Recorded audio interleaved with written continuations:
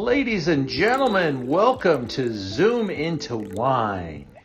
It's time for the show and your host, Ian Blackburn. All right, my friends, we're going to get started here at 7 o'clock. Every Wednesday, we get together at Zoom into Wine and talk about some great wine with some fun people. You guys look fun to me. Lisa's there. Hi, Tom. What's your son's name? It's Nico. Hi. Hey, Nico.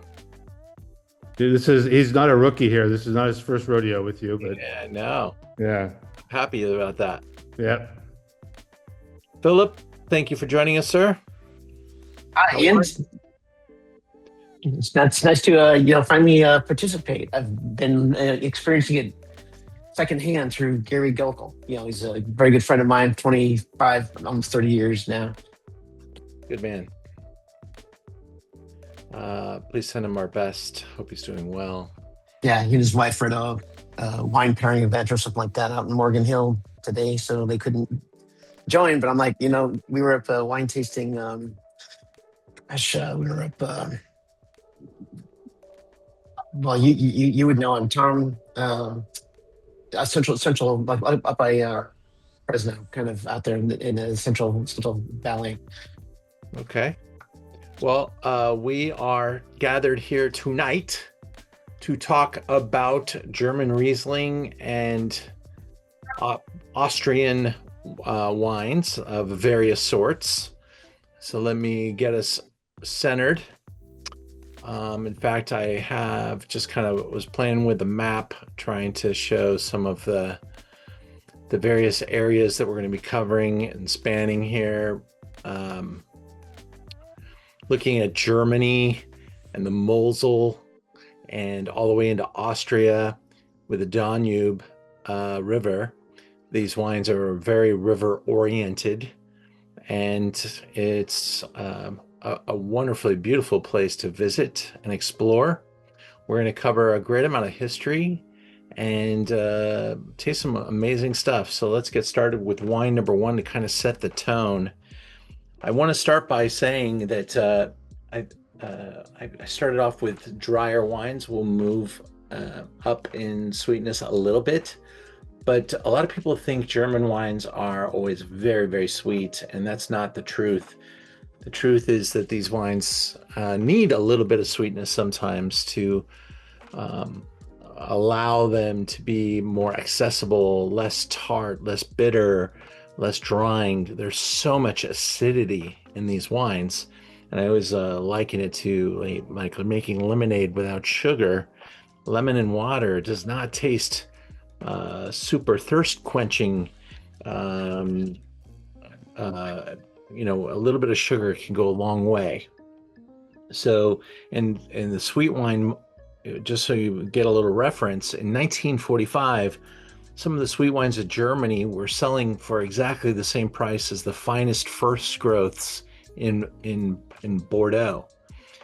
The only thing that's changed is that the market moved towards the dry and less towards the sweet. Sweet markets, Germany and Russia, they were, obliterated after World War II, and the market really went to the dry side. The English, the U.S., and many other parts of the world, and the populations continue to want more and more dry wine.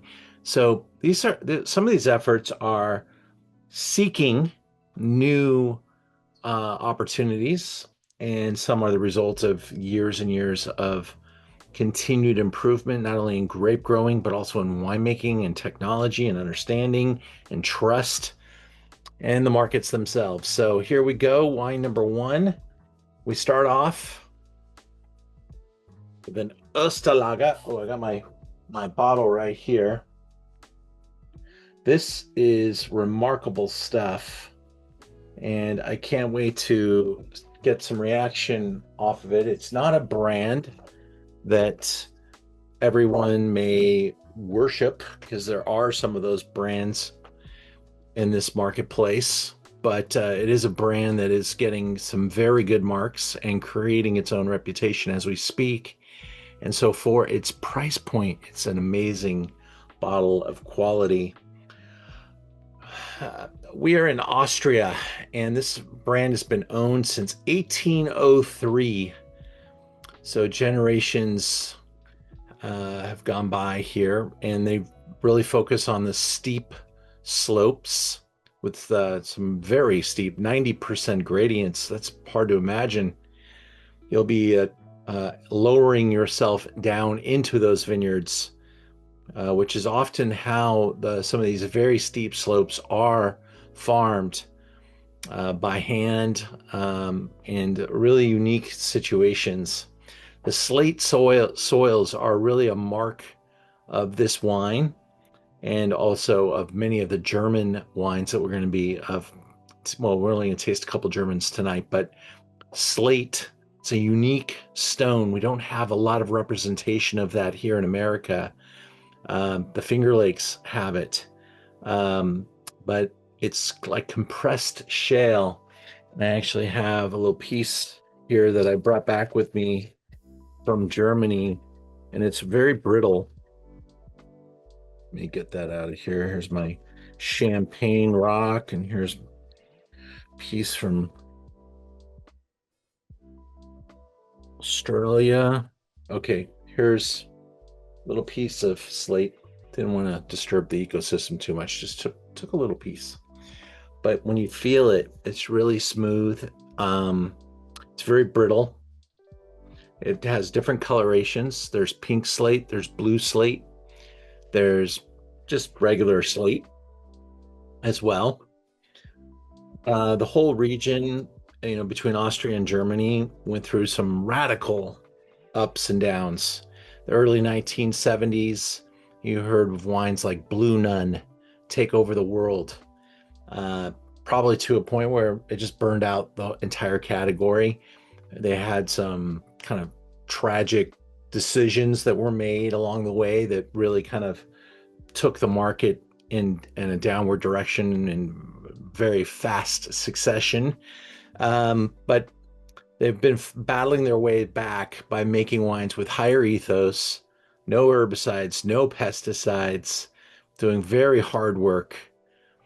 Many generations now are into it, not because they see the lucrative immediate future, but hoping to have a long-term future, because some of these guys have literally been forced to walk away from their 1,000-year-old family ownership of a vineyard because there's just not enough marketplace for these wines. So it's a true struggle, a true fight, and the strong will survive, and the wine quality will only get better, and the price points are staying really aggressive. We're looking at 13% alcohol, what they consider dry. This is dry. Okay, this one's going to potentially hurt your mouth. It's so dry. High altitude, 570 meters, about 1,500 feet above sea level, which is typical because that's right where those clouds start to accumulate, the eversion layer. In slate-rich soils, cooler mountain conditions, giving the wines freshness and mineral precision. Just imagine if it was really warm, you'd smell much more fruit. But because it's less warm, more cool air, ripeness with lower alcohols, and you're getting notes here of white peach, orange zest, stone fruit, tropical and floral notes. That's a lot of complexity. That's a whole range of flavors there. Palate is sleek and juicy with bright acidity, whetstone minerality, hints of saffron and ginger. That might take a little bit of imagination, but let's get in there and see. And a long, salty, precise finish. I'm going to taste it with you now. This wine comes in with 95 points and a price point of $39. I think the nose is like a perfume that I would wear. I mean, it is got a lot of very nice fruit notes, but also so much stone and minerality. I do I want you to just kind of imagine ginger. I had sushi last night, a little plate of ginger. And so put your nose into the glass and picture that. It's definitely there. Maybe ginger ale or, a ginger cider.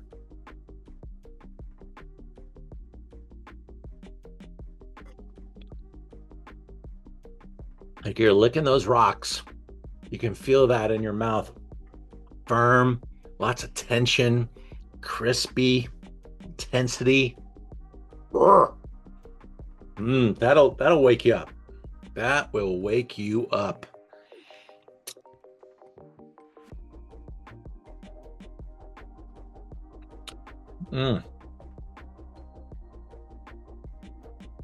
As I tell my friends, I drink a lot of wine, taste even more wine. I drink less wine than I used to, but I taste a lot. And the more I taste, the more I get involved in wine. It's wines like this that I gravitate towards. When you're not drinking a lot of wine, this would be hard to get close to right away. And some of you might be there and saying, that's too mineral for me, or too this or too that. But man, this wine totally excites me. And I think if everybody could have a bottle of this at $39, or use the $39 price point here as your guide towards, you're going to find very few wines hit this level for this price point. It's really damn good. I see some chat. I love that.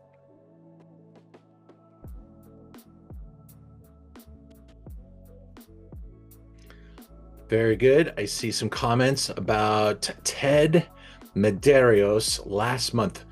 Fair Play AVA. Where is that, Philip? That's what's up in.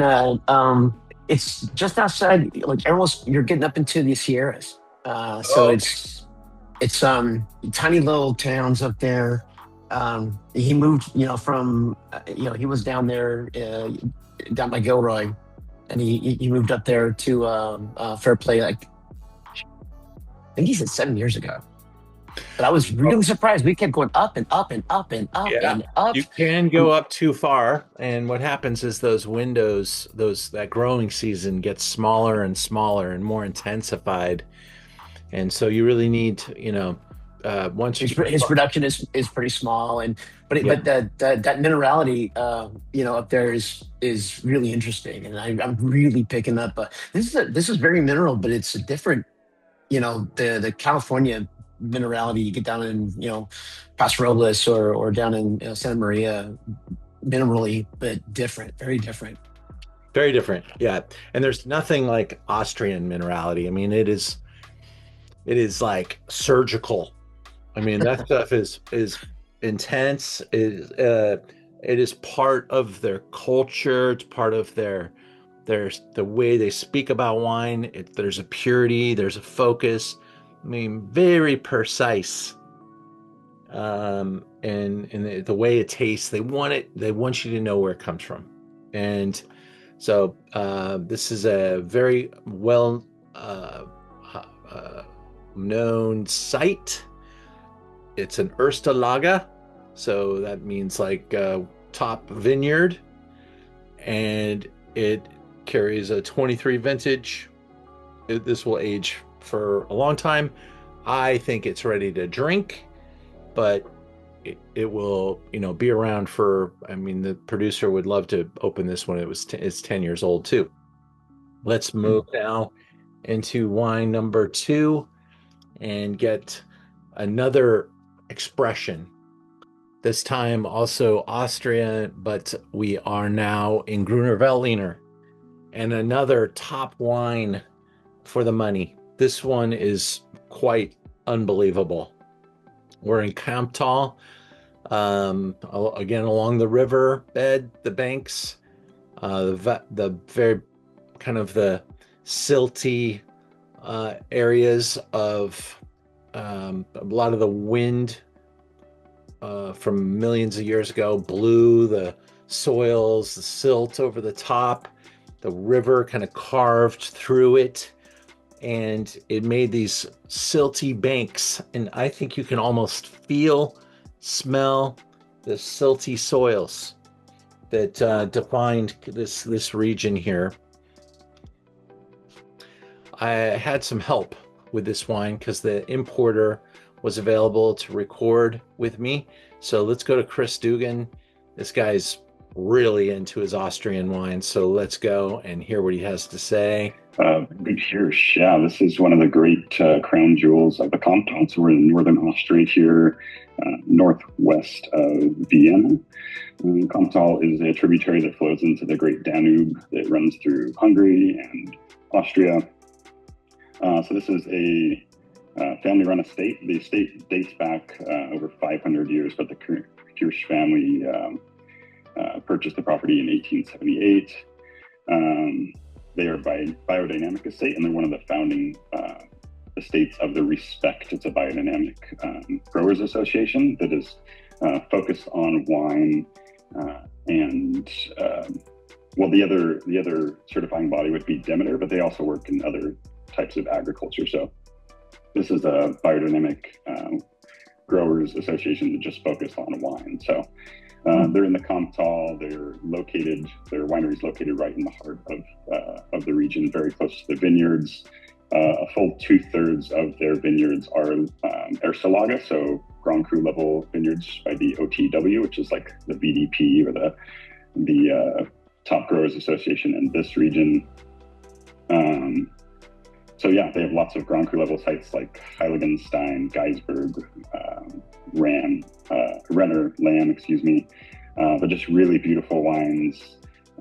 They do such a great job stewarding the estate, and it's a really kind of diverse farm, if you will, because any of these biodynamic estates are really focused on the whole holistic view of the estate. So they make some beautiful Grüner Veltliners and Rieslings. Today you're drinking the Hirschvergnügen Grüner Veltliner, which is, a great introduction to the estate.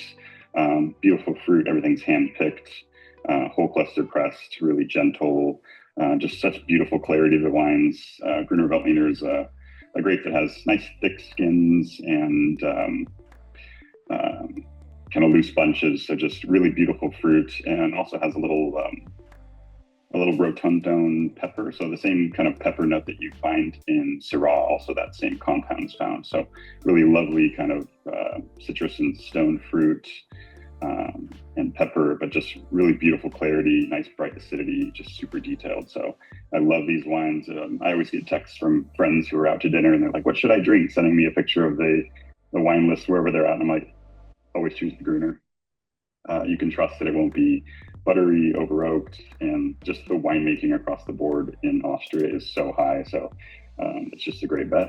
Even if you don't know the producer, if you see a Grüner Veltliner or something from Austria, the quality is so high across the board. So always give it a go. Chris, this Hirsch at this price point is a little ridiculous. It really is for a biodynamic estate who's really the crown jewel of the Kamptal. It's such a great price. And everything else that I would put in its kind of bracket, is $50, $75, $100 a bottle. So I really found incredible value here, and I wanted to share it with the group. We're going to break right now, Chris, and taste, and come right back to you in a minute. Great. Almond skin, lemon balm.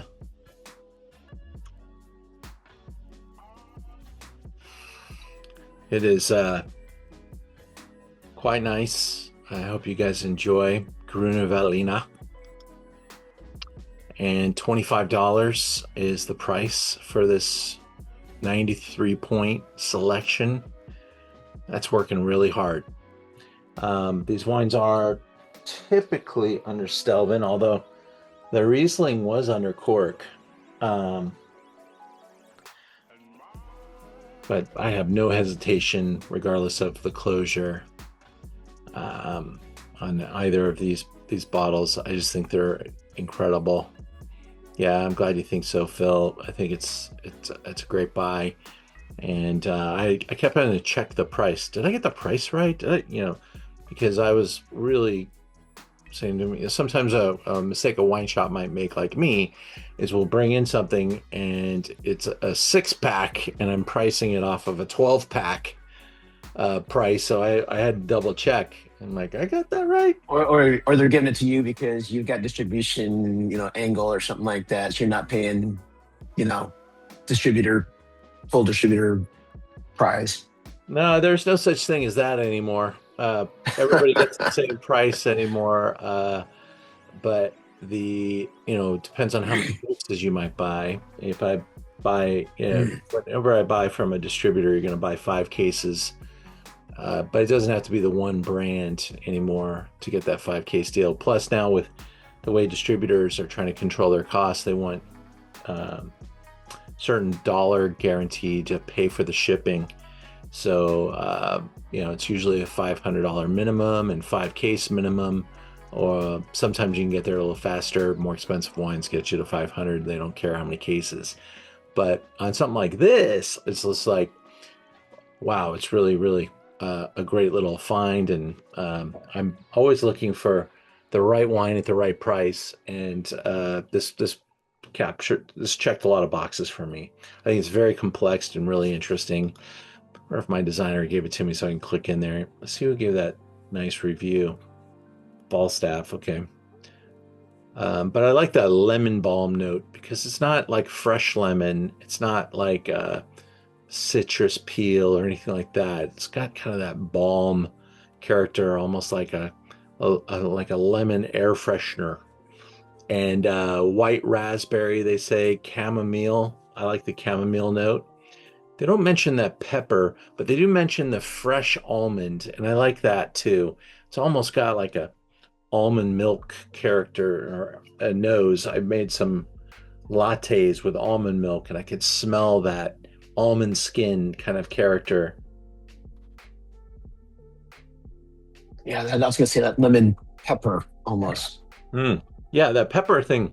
I was trying to isolate that. I love Chris. He's such an academic on wine, so he knows his geography like nobody, and his references are so strong. So I'm going to continue to work with him. In fact, we got a couple more videos from him throughout the night, so we'll get into that. Let's get into wine number 3. We're changing the zip code a little bit, going over to the Mosel to a gentleman named Nick Weis at St. Urbans-Hof. So I'm hoping that he someday watches this video. And I got to go to Alsace last year. And as I was visiting a great winery, they said, "Oh, we've got a special guest to join you. We're going to have a phenomenal conversation. His name is Nick Weis, and he owns St. Urbans-Hof." And I'm like, wow, I've actually been there. And so when he walked in the room, he recognized me from 20 years prior, and that was super cool. And he owns quite a bit of land, roughly 45 hectares, which in German Riesling land, that's a lot. It's not contiguous, though. It is kind of here and there and in very good sites. 1947 is when it was founded, and he is known for his high ethos in his winemaking and his great vineyard selections, his indigenous yeast, use of indigenous yeast. This is a Grosslage, which is their kind of Grand Cru note. And so this is all on slate, Devonian slate. Dry, warm, and windy conditions typically produce a spicy mineral Riesling with citrus and grapefruit character. And this is what the Mosel does. It kind of goes around in circles and bends back the other way like a snake. And wherever the snow melted first is where the monks said they could plant grapes. And so certain corners don't melt, so you don't see grapes planted there, but it's pretty well planted, and I'm sure they're benefiting from global warming a little bit. benefiting to the point where, as long as the winters don't come and wash it all away, which has happened in a couple of times in the past 10 years. We've had some severe crazy weather, but that's a look up the hillside, not your walk in the park. You're probably going to rappel down into that vineyard from the top. They may have it's like a single poled, almost like a very slow moving roller coaster ride up the hill. And that's how a lot of the work is done as well. In the old days, it was ropes, and they would lower baskets of fruit down to the streets, and the sorting began right there, where the men were in the vineyards and the women were on the streets sorting the fruit into different baskets. Look at that beautiful cellar. A larger 500-liter or larger, maybe 1,000-liter wood cask for fermentation. Not as much stainless steel here, a little bit more wood. Speaking to the quality of the producer, speaking to the quality of the wine and the ethos of the brand. 100% Riesling. What do they use for the barrels? Is it oak or what is it? Yeah, typically oak, might be Slovenian. Don't see, people experimenting as much with other alternative woods like chestnut or something else like that. They're pretty clean and clear. They like those thick, long aging wood barrels, because it's a total pain in the ass to get those barrels out of that cellar. So they want to put something in there that doesn't have to move for a very long period of time. In fact, many of the cellars have the barrels actually assembled in the cellar, because the narrow pathways and stuff, as they built these places in the bottom of castles or wherever they might be, they don't have often the type of flexibility that a lot of places have. So the barrels fit very nicely too. And even some stainless steel tanks would be used in some places, but they might even be very small just because of the size of the gaps to get those things in. I'm going to taste this with you now.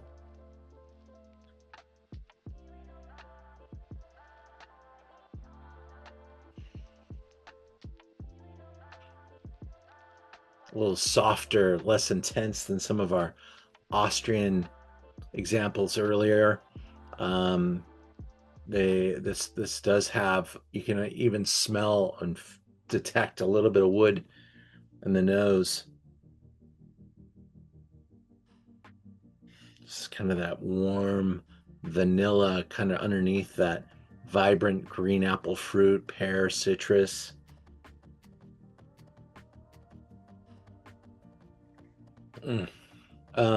Really makes my mouth water. That's the acidity.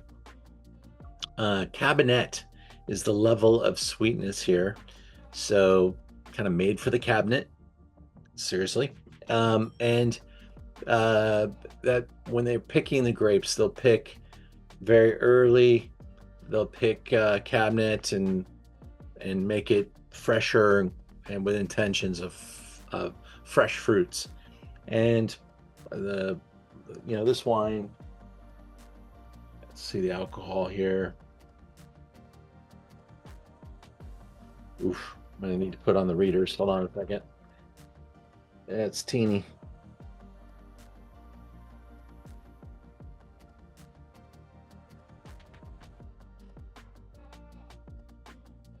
$750 milliliter, 9.5 on this one.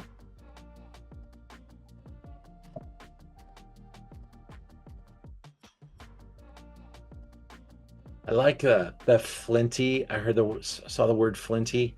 Also, just a little bit of fresh struck match.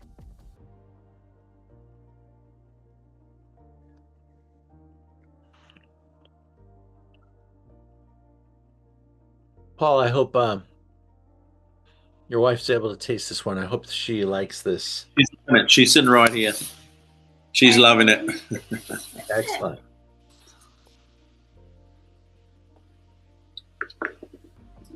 Yeah, that's got, that a small amount of sweetness really comes a long way here. Quite uh, acidic, but really brings it into balance. Makes it quite enjoyable. That 9.5 alcohol, you could really drink quite a bit of that pretty quickly as well. $28.95. These wines are literally the same price, maybe a little, 10% kiss up in the last year because of tariffs. But I swear this wine was $28 in 2014. It was, it really probably even came down for a little while, even lower. The power of the dollar, I'm not sure, but these guys are all stuck in this fairly recessed price point, and they deserve so much more. I mean, look at those conditions. Pick the fruit off of those steep hillsides, and maybe you're going to get 2 tons per acre. Probably not, especially after they go through the clusters and they do their inane selection. They're pretty low yield, and so pretty great values there. I got a new slide here for my wine trips. February is Napa, March New Zealand. We've got a trip to Sonoma also February next year. So we'll do early February in Napa, late February in Sonoma. Then April is Washington. And those dates are starting to harden now. I've made a reservation in Sonoma. I'm working on one for Napa. I've got some things to align for Washington, but I'll have pricing on all of those up. I was hopeful to have that done for this week, but just a lot of things going on, a lot of moving parts, but we'll definitely have those trips announced here in the next couple of days. Tuscany in November with Barolo to follow. On that same 14-day trip. All right, so wine number 4 already in the glass. Now we're going to one of the great vineyard sites, Gewächs, Abtsberg, from one of the great producers, Maximin Grünhaus. It's the Gewächs 21, an incredible vintage, challenging vintage, but really produced some super elevated wines. This producer has been around since the 10th century. It's one of the absolute maniacal sites, stretching back to Roman times, and property passed into secular ownership following Napoleonic secularization in 1811. The von Schubert family continues to own it today, and the 6th generation is in charge. They have some really important vineyard holdings, and these wines are distributed all over the world and recognized for their greatness. Some big scores. Gewächs is dry, so it's made from top vineyards, and they ferment them to full dryness. And when I say full dryness, you might still feel a little bit of richness. So we'll comment on that when we get to the wine. But Abtsberg is the estate's warmest site. Approximately 70% slopes. Ideal south by southwest exposures. Considered one of Germany's greatest Riesling vineyards. Ripe peach, apricot, tropical fruits meet flint, crushed stones, and ginger again. Electric acidity keeps the wines focused and energetic, while citrus peel, white pepper, salty minerality build through an exceptionally long finish, structured for considerable aging. Boom, we popped up in price point. This wine's always been expensive, but the GG wines are, kind of the way they've learned to elevate and re-enter the marketplace, presenting the wines as dry. Alcohol, 12%. What's the cost? 81? $81.95, yeah. I might have rounded those numbers off. I've been going through and analyzing on our website with our new shipping, doing my best to make the wines as competitive as possible, so I could tell people, before I had to be worried about covering the cost of shipping and the pricing of the wine, and now we charge for shipping, and so I'm at $84. So that tells you where we're at. 84 now, and there's only 3 left, but the next purchase that comes into this house, this wine will be over $90 because I bought these pre-tariffs.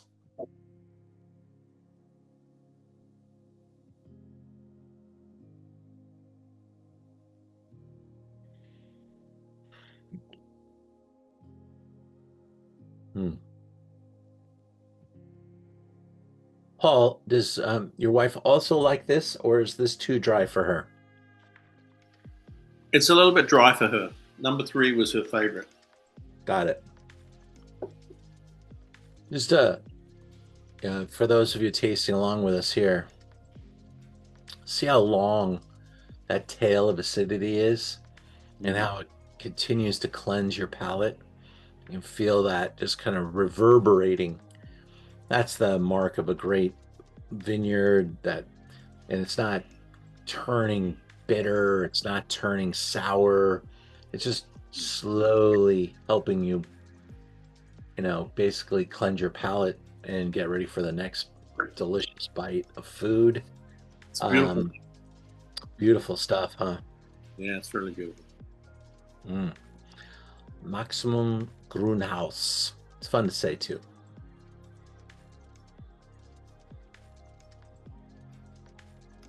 All right.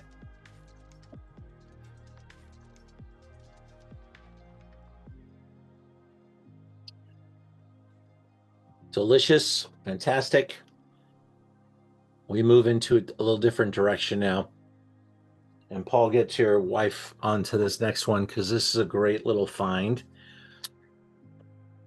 I'm not going to be too redundant. I'm going to go into our little video because Chris came back to help me talk about Diwald and the family.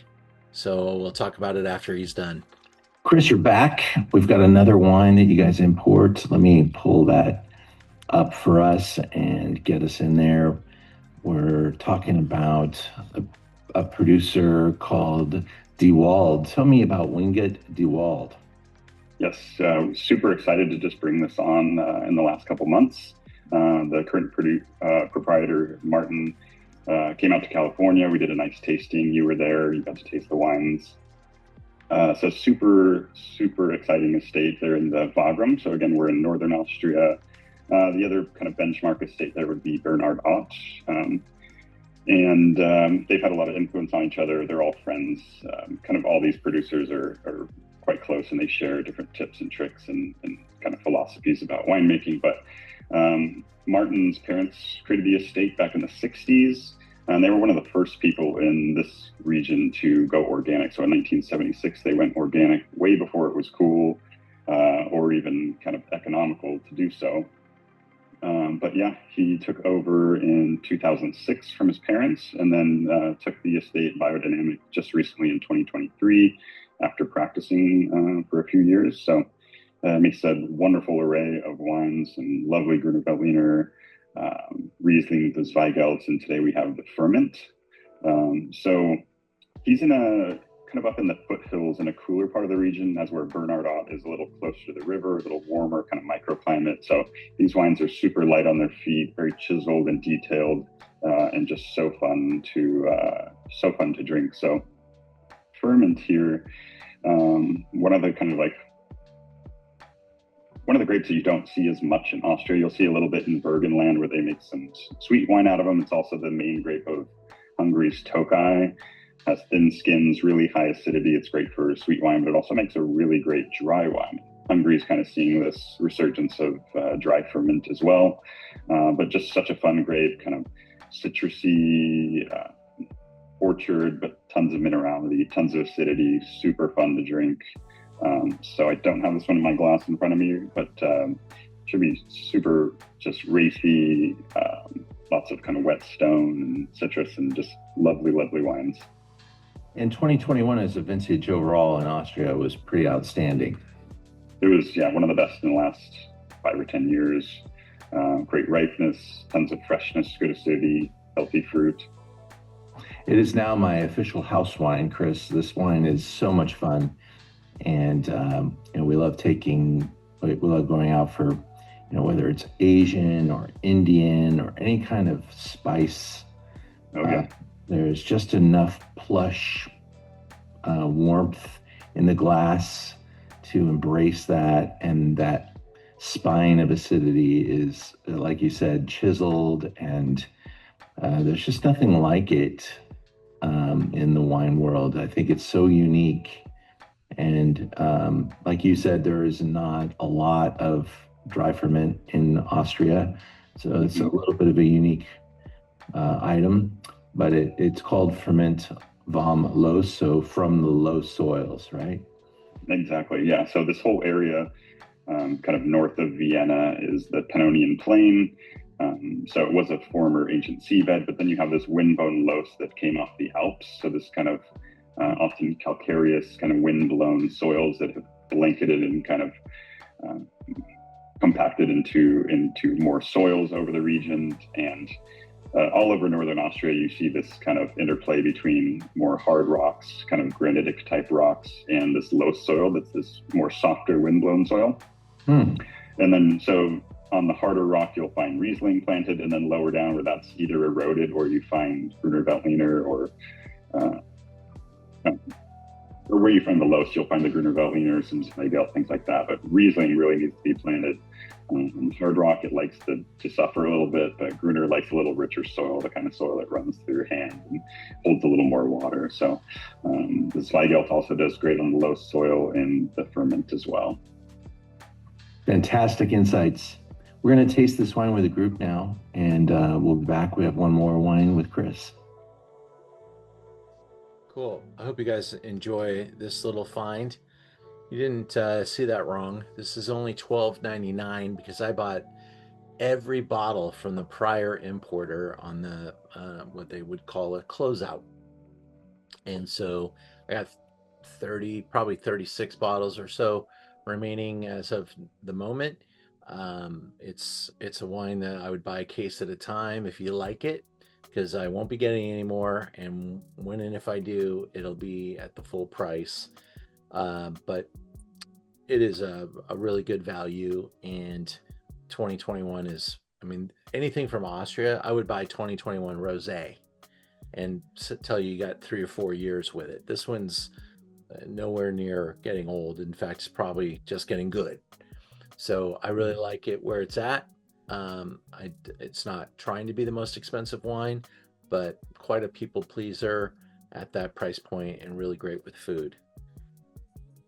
Our final wine is also from the same producer and also from Austria, but now it turns red, and we'll taste Zweigelt with my friend Chris again. Chris, we're back. We've got one more wine to taste. Here it is. We're going to taste the Zweigelt, also from Diwald. And can you remind us, Diwald, this is not a brand I'm super familiar with, but I'm really enjoying because there's so much quality and value here. Yeah, so I think all over Austria, you find this high level bar of quality across the board. Diwald is a family-grown estate that started back in the 60s, went organic in the 70s. They started with just a mere 4 hectares. Now they're working with about 20. They've kind of expanded the property to several different vineyards.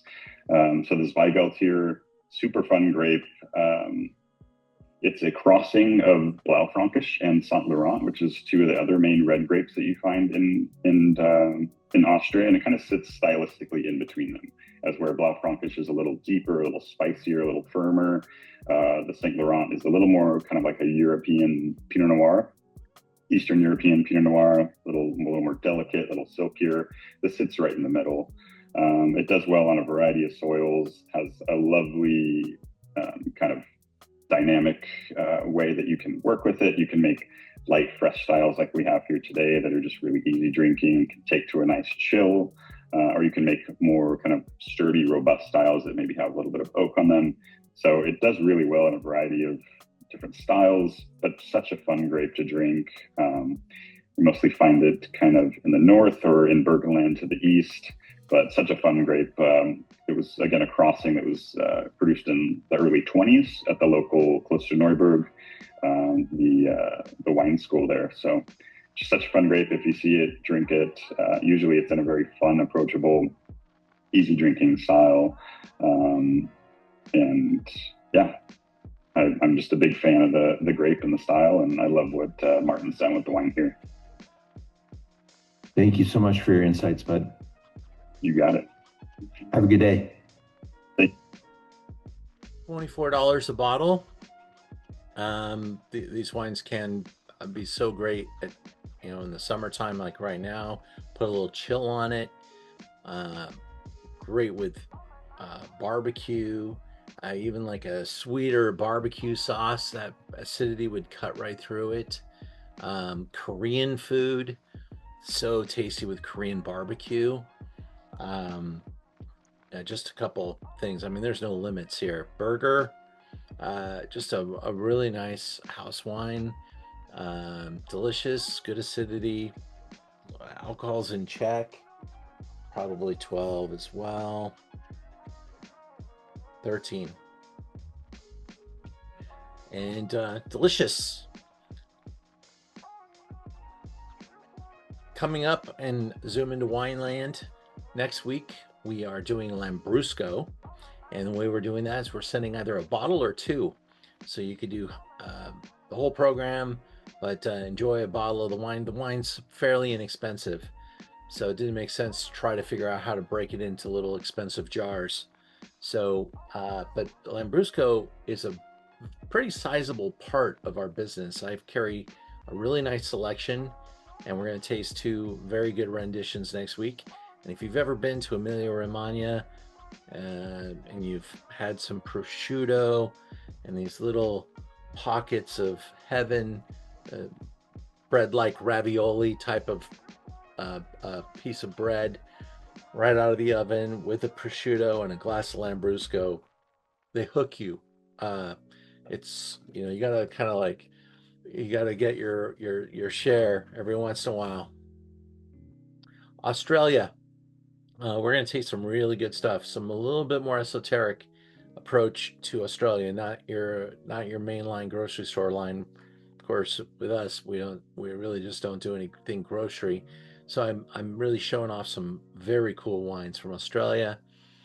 Top performers from Paso Robles, just pounding it with big scoring wines from Paso.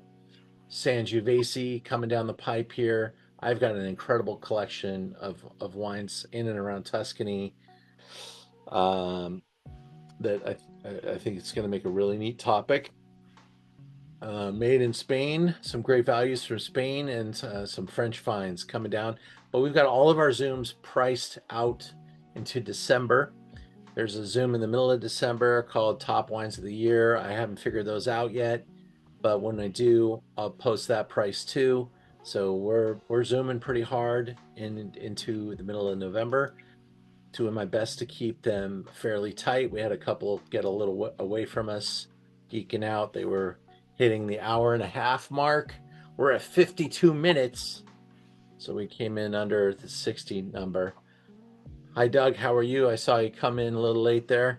Hope you're okay. I can send you the video to watch tonight if you want to watch the first couple. Yeah, I would love to. I got a late start, so sorry about that. But yeah, happy. We're eating dinner and watching, which is not it's kind of rude, but Oh, it's exactly what this is all about. And in fact, I'd love to encourage you start with 5 and 6, and then watch the video and go back to 1. And you can right. that way. Okay, cool, awesome. Thank you. Any questions, comments, Have ideas? you got much of 3, the third wine? I honestly don't think I have more than that case, but I did buy that. It's the 18er, right? That's what we're talking about. The 2018.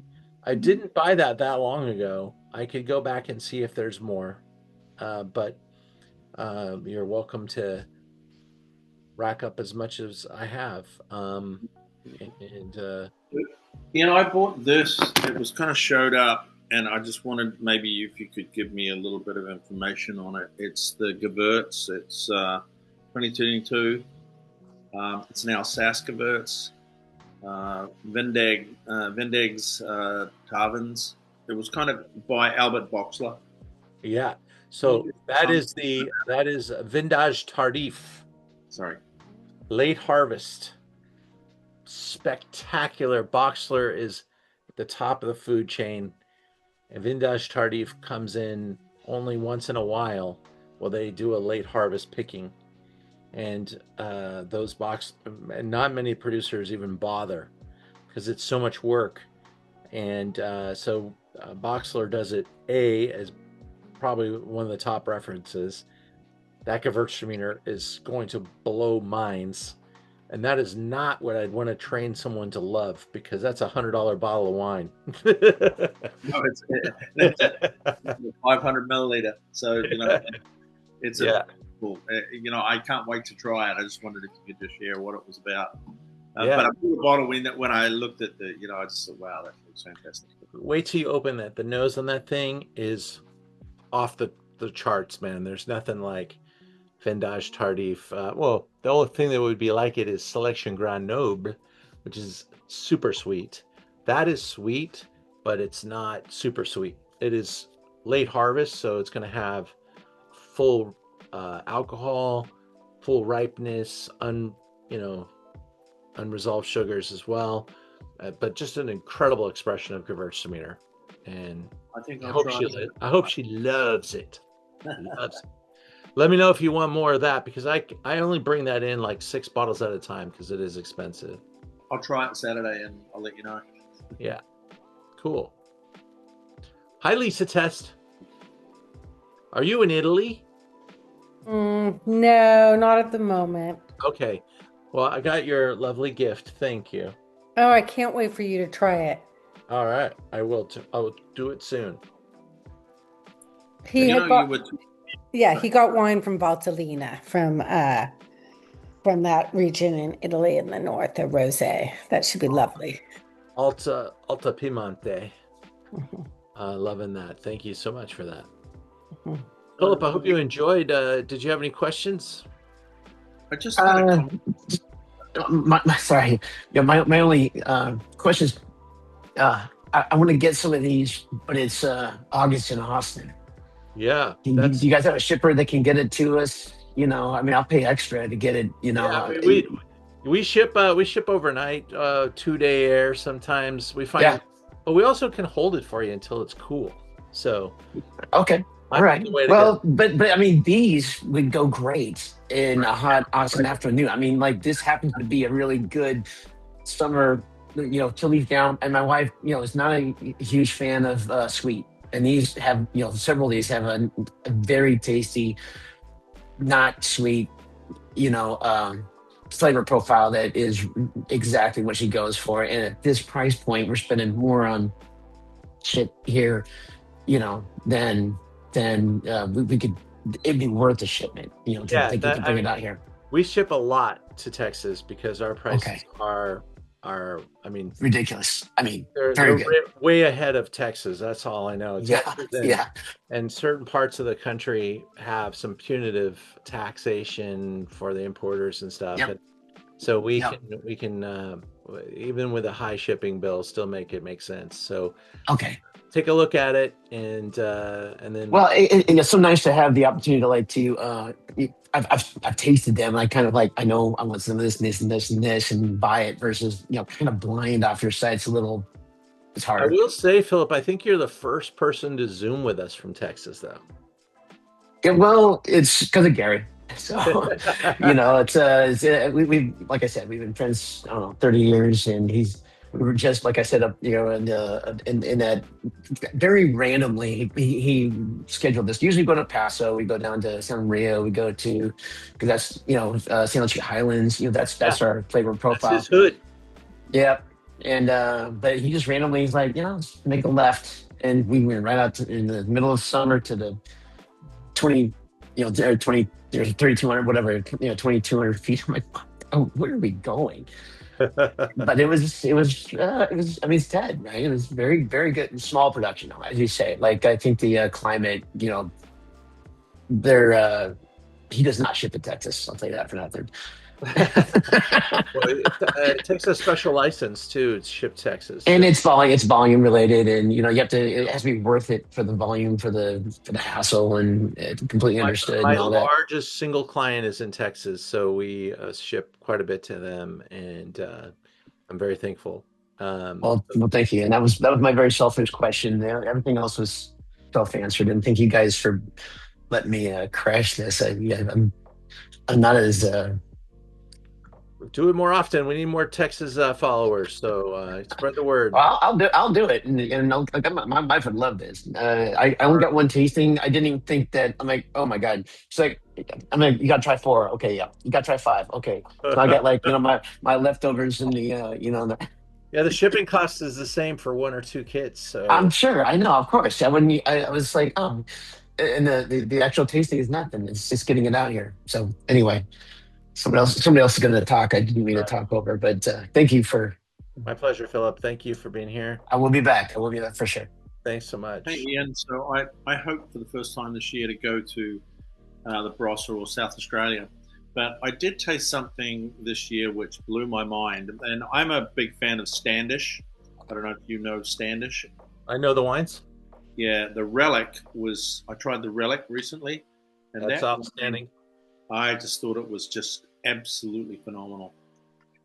I mean, very cool. I would carry more of those great jaw-dropping wines of Australia if I could sell them through. It can be a little slow on the great wines of Australia and their sell-through. So I'm trying to find the right mix. But if there's something that you're looking for, like the Standish, I can get it for you. So let me know. Yeah, I will. That's really that was the root of the question. Well, I'd love to be your main supplier. So you let me know when you're ready. Okay. Thank you. All right. Thank you guys very much. I'm off to watch the end of the Dodger game, and let's see them continue to pull together their full arsenal. Their fully operational Death Star is about to come into orbit. So we'll see how it goes here. To the end. So sorry. Did you watch the game to the end last night? I did. Yeah, us too. And I was at the game the night before. Oh yeah. Both those kind of hung on the cliff. So it's not been easy. We're not making it easy. But I like how you can start to see some good things coming. I mean, maybe it's because it's the team we're playing, but this team we're playing is great. They're in last place, and they're pretty damn good. Kansas City is that shortstop. Cannot believe the plays that guy makes. Phenomenal. He had a couple of great plays last night. Yeah, and they've got some hitters. Everyone on that team's got almost 20 home runs. So it's pretty phenomenal. Well, we'll do a baseball Zoom at some point. But thank you guys. Thanks, Ian. Douglas, I'll get that video out to you as fast as I can. Okay. Cheers, guys.